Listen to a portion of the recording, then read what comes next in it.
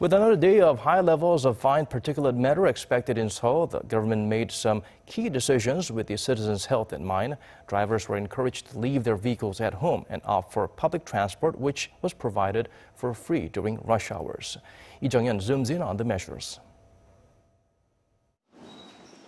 For the first time ever, commuters in Seoul were exempt from paying public transportation fees on Monday morning.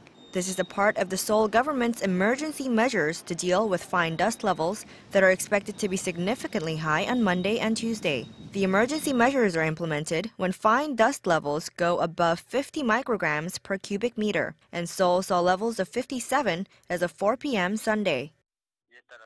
The fee waiver provides an incentive for people to take public transport, and it also raises awareness of the severity of the air pollution. The emergency measures may be a foreign concept to the public now, but we're hoping they'll catch on over time.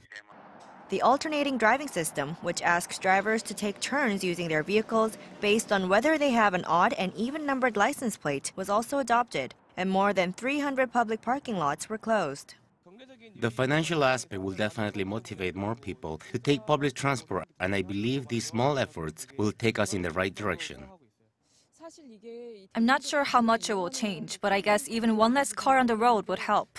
My daughter has asthma and I'm a cancer patient myself, so fine dust is a worry for me personally.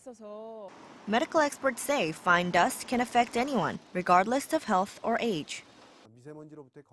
Those with weak immune systems, such as children or seniors, would be affected the most, but even those who are healthy would feel lethargic when exposed to high levels of fine dust. The expert adds that many studies now show that those living in areas with high levels of fine dust have shorter lifespans, and that fine dust is linked to all types of health problems, not just limited to the lungs. This current rise in fine dust levels is mainly attributed to the wind coming from the northwest and the increased pollution from heating systems in China, where people are trying to cope with plummeting temperatures. With high levels of fine dust projected until Wednesday, commuters are advised to wear masks when outdoors and to keep to the alternate days driving recommendations to reduce pollution on the road. Jeong-yeon, Arirang News.